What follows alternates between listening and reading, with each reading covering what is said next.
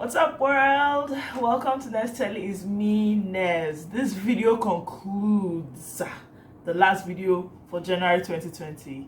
We're done with January 2020. Say what? Come on. Okay, so we're done with January 2020. It also concludes my readings on finance, my financial intelligence reading for this month. That doesn't mean I'm not going to do it again this year. I'm still going to do. There's still more. I told you I'm making money this year, right?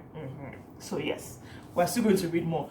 And I'm concluding with The Richest Man in Babylon. This book, first of all, there's so many cool things about this book. I was reading this book, seeing all the markings in it. When I was done with the book, I looked at the back and I realized that the book actually belongs to my mother-in-law. It's so cute. And she wrote observations and actions at the back, like things that she had learned from this book. I'm like, how classic is that? I'm going to start doing that now that I saw that she did it, because it's actually very good. If you read a book and you learn things about it, don't just keep it in your head. Write it down somewhere. Sometimes I do try to note things down. I have a notepad that I try to use and write everything, but this one is at the back of the book. Go, just wrote number 1, number 2. It's really nice. Anyway, enough of that talk. Let me talk about the book. The book is wonderful. Now this book is old. When I say old, it's very old. It was actually, I'm looking at my laptop today. This book was written in 1926, okay, by some archaeologists, I think from the UK, that found some ancient ruins in Babylon.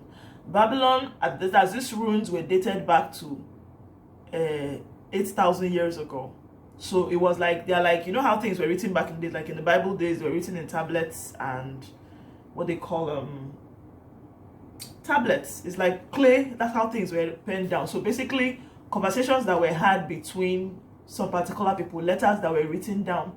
So that's what these people found, transcribed. They were able to transcribe it to English, and boom, The Richest Man in Babylon was shown. So this book is to me, it's extra special. What that makes me understand is that, because a lot of the things, what I'm realizing is that for every book I've read so far, most of them are basically saying the same thing in different way. Not exactly the same thing, by the way, but there's some of the rules, the principles ahead. The principles and the values are pretty much the same. So basically things like putting money aside to invest, all those kind of things are the same. But since this book is the oldest I've read so far, in my mind, I'm assuming that in one way or the other, the sources must have come from this book. I'm sure there must be other one, but so far, since it's the oldest I've read, I'm believing that somehow everybody that I've read so far had gotten their inspiration or their ideas or their principles from this book. So The Richest Man in Babylon basically is about, what I've learned very well now is the importance of asking questions from The Richest Man in Babylon. Because for every story that you hear, there's a man that they call the luckiest man, there's a man they call the richest man. A richest man is one man called Arcade. Arcade was a very first of all, this book might confuse you a little. You might have to take your time to read because it's written in Old English. Personally, I don't like Old English. I was really looking around to see whether there was one written in the recent English. That's the one that we speak, the one I'm saying right now. And I couldn't find it. It's written in King James English. There's a reason why I don't read King James Bible. I don't understand anything. So I had to reread. Then I had to do another thing you can do is that after reading the book, if you're still a little confused, there are several YouTube videos that do summaries of books. So just search for The Richest Man in Babylon on YouTube, then you see people that did summaries of the book, so you can see what they all, because there's at a particular point, I think in chapter 6, I was a little too confused, Then ask people around you. Some people actually do understand this old English very well. A lot of people that love Shakespeare and love the King James English. Me, I don't. Honestly, King James English has always been making Bible flow over my head for the longest time until I started reading other versions. So I had to ask questions. So that's the one advice. But as of this book being worth it, I don't think I need to sell this book to you. Anybody that is financially intelligent, anybody that is rich, if you ask them about this book, they'll tell you definitely you should read it. So it's worth the drama that you would go through. About it being available for you to get it, it's available in everywhere. I actually asked. I asked Patabah, they said they have it. Patabah is the bookstore at Adenuro Gusoya Mall, Surulere, okay? Is there. Roving hieight, you can literally check on Instagram and tell them I want this book and they will have it delivered to you.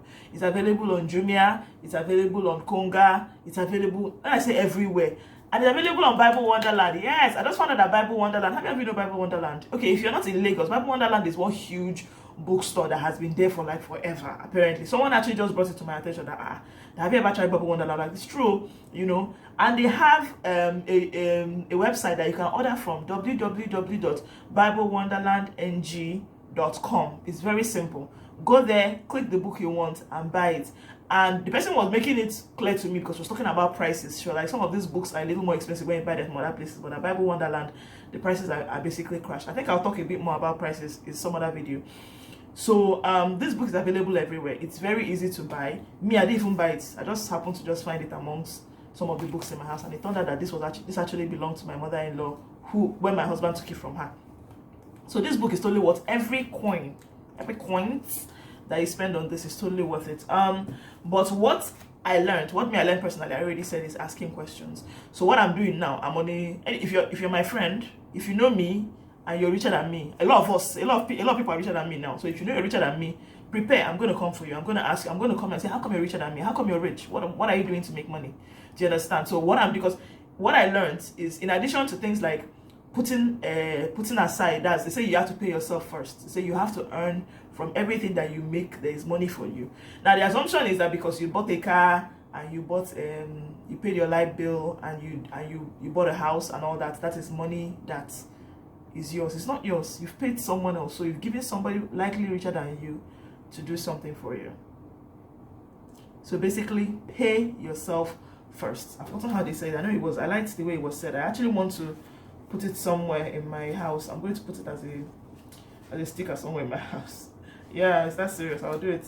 I can't find it now. I don't want to waste time looking for it. Anyway, yes, a part of all you earn is yours to keep. So it's your own. Of all the money that you make, there's one for you. So, but basically, according to this book, this archaic guy who is the richest man said that the person who taught him to be rich told him that 10% of that money has to be with him all the time. So that the more the money you have, the better it will affect you. That's the way you are, it will affect it. But when you make that money, it's not money for you to now splurge. You're like that. You know that they're saying your money, you're either a slave to money or money is a slave to you. So the arcade was told that 10%, after a year or 2 years of keeping it, that money becomes a slave to you. Then you have to make those slaves give birth to children and have the children work for you too. That is where the places of things like investment come in. Then in investment, he talked about the importance of getting educated in investments. I mean, I talked about Robert Kiyosaki talking about getting informed. Read. You cannot think about putting 1 million naira. You can't even think of putting 50,000 naira somewhere you don't know anything about. A lot of us in Nigeria here out here wilding. We say, we hear of this thing. There's this one. If you go there, put 50,000, you will get 200,000 next year. You might collect the money, bash. Next thing it will go away. You start crying foul. You don't know how does the money increase from 50,000 to 200,000? Why are you asking questions? Do you understand? Get educated. Read. Try to know I was listening to a video. I thought I was listening to some videos about something. The guy said that he read at least 100 books on a particular topic before he decided to invest on that particular thing. 100! How about? So nothing beats, like, you can ask questions, talk to people, how they make their money, how come they trust this thing. Then also try and get informed for yourself. What work for someone else does not work for you. You understand? So there's that. Then he talked about the no-nonsenseness of gambling. Don't do it. Don't gamble. That the only people that have created true wealth from gambling are the people that own the gambling thing. People that own and most gambling, whatever, they are rigged against you. They don't want you to win. They want you to just continue bringing money. It's more psychological than any other thing. So no gambling. Stay away from gambling. That's what this book says. So the book said about gambling. What else did he say? So it's like I felt like a lot of the things that it's been said in this book is something that I know somewhere or somehow, but the only thing that stood out to me, the one thing I know that I hadn't heard consistently, and it dawned on me, is ask questions. A lot of people don't want to talk about their money. I feel like if you ask someone, how are you making as much money as you're making, and they're not willing to tell you, leave them be. There's several other rich people in the world. Make friends, become friendly with the rich people. Then occasionally ask them, how are you making your money? Do you understand? Let them, show me the way. Let me know how you're doing this. Let's do this. And see how it goes. So yeah, that's it. I guess this really concludes my financial intelligence list of books for January 2020. I do plan to continue, but next month I'm planning to just keep it a little chill, be in the month of love. And I just, like, this book I think excited me a lot. I'm glad I read this book last week. I feel like if I read this book first, I don't know.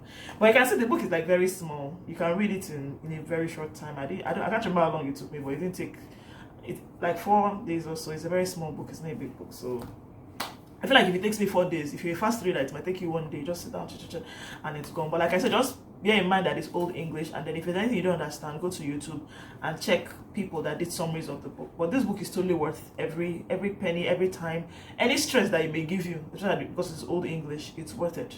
That's what I think.